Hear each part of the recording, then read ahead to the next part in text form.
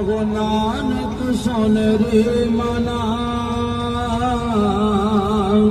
ਮੁਕਤ ਤਾਰੇ ਤੇ ਜਾਨ।